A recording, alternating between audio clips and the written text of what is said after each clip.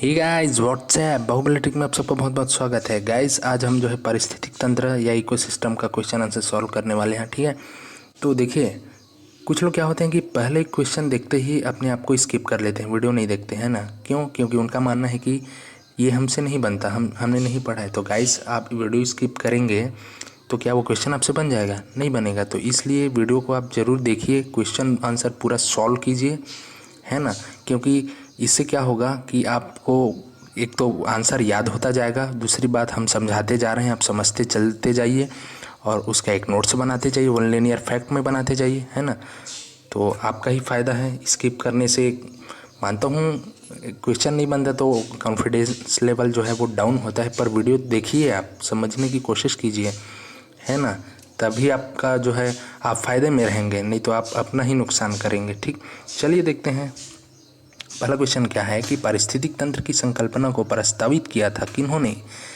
किन भाई साहब ने? टेलर ने, हटिंगटन ने, स्टुअर्ट ने, स्टोडर्ट क्या है स्टोडर्ट और टांसले ने, है ना। तो पारिस्थितिकी तंत्र पढ़ रहे हैं, पहला क्वेश्चन उन्हीं पर आ गया कि किन्होंने इसको कॉन्सेप्ट लाया था, तो वो थे टांसले। ठीक है, टांसले एक वैज्ञानिक थे, उन्होंने लाया। अगला क्वेश्चन देखते हैं, एक घास स्थली पारिस्थितिक तंत्र के खाद्य श्रृंखला में विभिन्न घटकों का सही क्रम है। तो घास स्थली बोल रहा है, पारिस्थितिक तंत्र बोल रहा है, मतलब हमेशा शुरुआत कहाँ से होगी?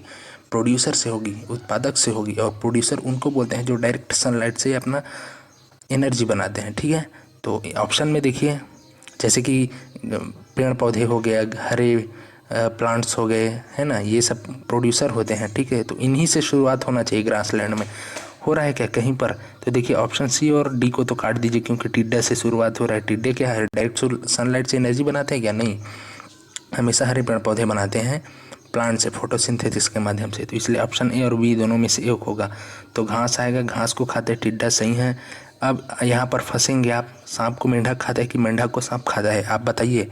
तो मेंढक को सांप खाता है, इसलिए सही आंसर हो जाएगा ऑप्शन ए, घास। घास को खाएगा टिड्डा।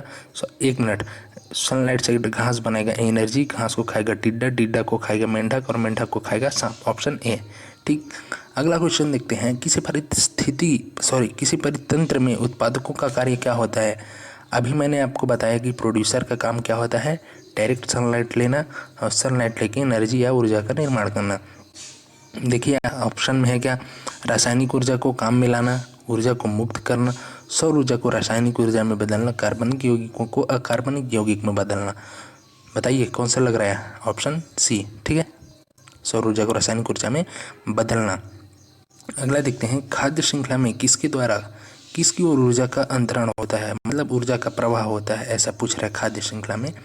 तो निम्न अक्षांश से उच्च अक्षांश की ओर, आकाश से धरती की ओर, एक पोषक स्तर से दूसरे पोषक स्तर की ओर, भूगर्भ से धरातल की ओर। तो देखिए खाद्य श्रृंखला में भोजन ऊर्जा का जो प्रवाह है, न तो उत्तर दिखता है, न दक्षिण पूर्व पश्चिम अक्षांश देशांत धरती आकाश पाताल कुछ नहीं दिखता। ठीक है, वो देखता है डायरेक्ट एक पोषक स्तर से दूसरे पोषक स्तर की ओर। ठीक है, जैसे कि सनलाइट से एनर्जी बनाई किसने? प्लांट ने या घास ने। आप घास को जो खाने वाले हैं शाकाहारी, उनमें ऊर्जा का ट्रांसफ़र हुआ। ठीक है, वो ये देखता है कि उसमें घास में जो ऊर्जा है वो शाकाहारी जीवों में होगा ट्रांसफ़र। अब अक्षांश में है तो कम होगा, देशांतर में है तो ज़्यादा होगा, ज़मीन में है तो कम होगा, आकाश में है तो ज़्यादा होगा, ऐसा नहीं, ये नहीं होता। ठीक, तो एक पोषक स्तर से दूसरे पोषक स्तर की ओर होता है ना। अगला क्वेश्चन देखते हैं कि किसी परितंत्र में ऊर्जा का प्राथमिक स्रोत क्या होता है? अब आप बताइए, 2-3 क्वेश्चन हमने इस पर देख लिए हैं या देखे नहीं हैं, समझने की कोशिश की है, तो बताइए। पौधे में संचित शर्करा, सूर्य का प्रकाश, श्वसन से मुक्त ऊष्मा, किण्वन में उक्त ऊष्मा।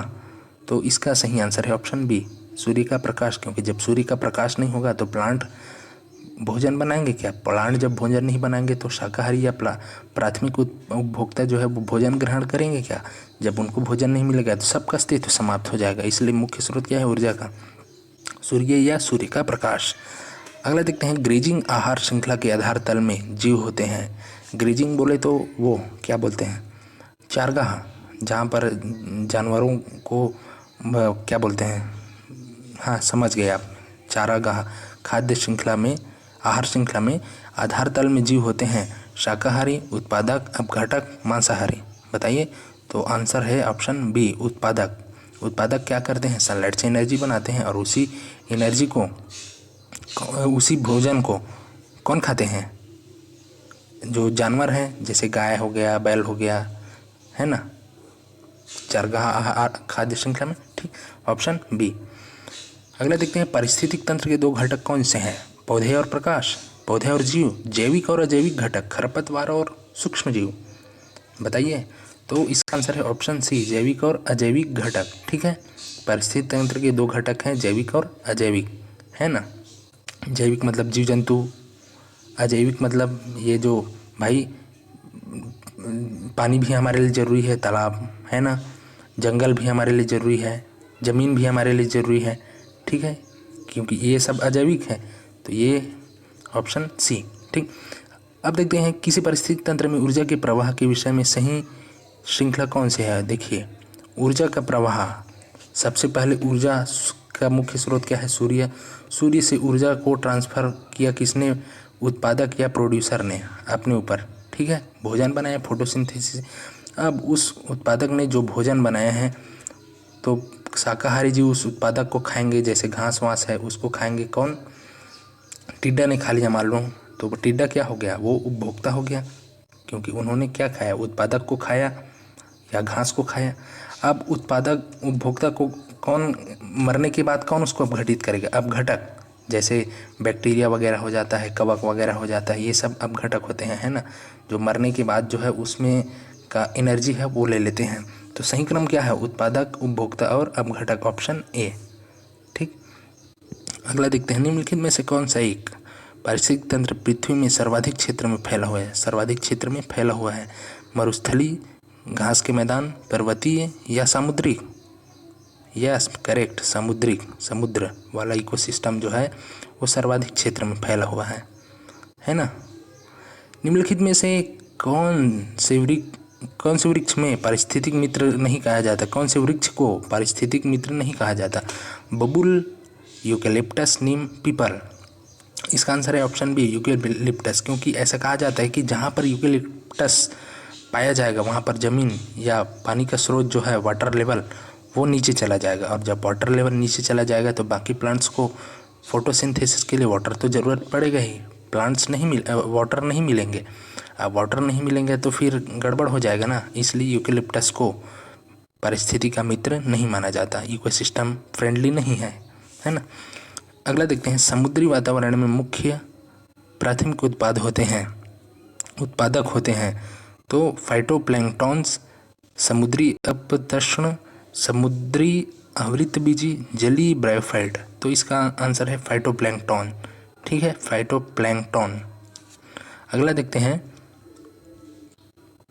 जीव भार का पिरामिड किस पारिस्थितिक तंत्र में उलट जाता है या उल्टा बनता है, कहने का मतलब है, वन, तालाब, घास स्थल, शुष्क स्थल। तो इसका आंसर है ऑप्शन बी तालाब में, है ना। देखिए, जीव भार का पिरामिड, बायोमास पिरामिड जो है वो ऐसे बनता है ट्रायंगल शेप में। ठीक है, ये, लेकिन तालाब का जो पारिस्थितिक तंत्र अपन अगर देखें तो उसमें बनता है ऐसे, इस टाइप का, उल्टा, है ना, उल्टा। तो ये इसका सही आंसर है ऑप्शन बी। अब देखते हैं सबसे स्थायी पारिस्थितिक तंत्र है वन, घास के मैदान, रेगिस्तान या समुद्री। तो सबसे विशालतम में हमने क्या पढ़ा था, पिछला क्वेश्चन जाके देखिए, याद कीजिए, तो वो थे समुद्री, और सबसे स्थायी तंत्र भी कौन है, समुद्री। ठीक है, ऑप्शन डी। अगला देखते हैं निम्नलिखित में से कौन सा एक कृत्रिम परितंत्र है, तालाब, खेत, वन, इनमें से कोई नहीं। ये तो बन ही जाएगा आपसे, क्या, खेत, है ना। खेत में हम फसल लगाएंगे तो एक सिस्टम क्रिएट हो जाएगा वहाँ पर, क्योंकि फसल तो होगा ही, प्रोड्यूसर हो जाएगा वो, उस फसल को खाने वाले कीड़े मकोड़े आ जाएंगे, एक इकोसिस्टम निर्मित हो जाएगा। और फसल नहीं लगाएंगे तो क्या होगा, नहीं होगा, बंजर पड़ा रहेगा। ठीक, तो इसलिए ऑप्शन बी। अगला देखते हैं निम्नलिखित में से कौन सा एक परिस्थिति की संतुलन को बनाए रखने में मदद नहीं करता बोल रहे हैं ना, वनों को काटना, वन रोपण, वर्षा जल प्रबंधन, जैवमंडल भंडार। ठीक है, बायोस्फीयर रिजर्व बोलते हैं शायद, पता नहीं, तो हाँ, इसका आंसर आपसे तो बन जाएगा, सबसे बनना चाहिए कम से कम ये आंसर, वनों को काटना। ठीक, ये मदद नहीं करता है, ये क्या मदद करेगा, और जबकि पारिस्थितिक तंत्र को बिगाड़ रहा है, संतुलन क्या बनाएगा, वनों को काटना। ठीक, अगला देखते हैं, निम्नलिखित में से कौन सा एक पारिस्थितिकी संतुलन को, हाँ ये तो हो गया, वनों को काटना है ना। पर्यावरण अनुकूलन उपभोक्ता उत्पादों को चिन्हित करने के लिए सरकार ने आरंभ किया एक मार्ग, इको मार्ग, ISI मार्ग, वाटर मार्ग। तो बताइए, इकोसिस्टम को मतलब क्या, पर्यावरण के अनुकूल जो उपभोक्ता उत्पादों को चिन्हित करने के लिए सरकार ने क्या प्रारंभ किया, तो इको मार्क, एक मार्क दे दिया जाता है, एक टैग दे दिया जाता है कि हाँ आप जो कर रहे हैं वो पर्यावरण के अनुकूल है। ठीक है,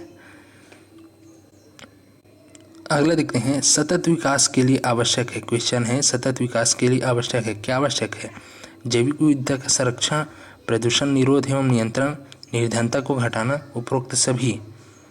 तो इसका सही आंसर है ऑप्शन डी, सतत विकास के लिए आवश्यक है ऑप्शन डी सभी। जैविक विविधता का संरक्षण करना भी आवश्यक है, प्रदूषण का नियंत्रण कंट्रोल करना भी आवश्यक है, निर्धनता गरीबी को हटाना भी आवश्यक है। ठीक है, तो सभी। ठीक, अगला देखते हैं, निम्नलिखित में से किसी एक को छोड़कर बाकी सभी देश की प्राकृतिक पूंजी में सम्मिलित है। मतलब 4 ऑप्शन दिए हैं, उनमें से एक जो है प्राकृतिक पूंजी नहीं है देश की, बाकी है, कौन सा है, तो वन, जल, सड़क, खनिज। तो इसका आंसर है सड़क। देखिए, वन जो है हमारे देश की पूंजी है, जल हमारे देश की पूंजी है, खनिज हमारे देश की पूंजी है, लेकिन सड़क जो है वो प्राकृतिक पूंजी नहीं है हमारे, है ना, प्राकृतिक पूंजी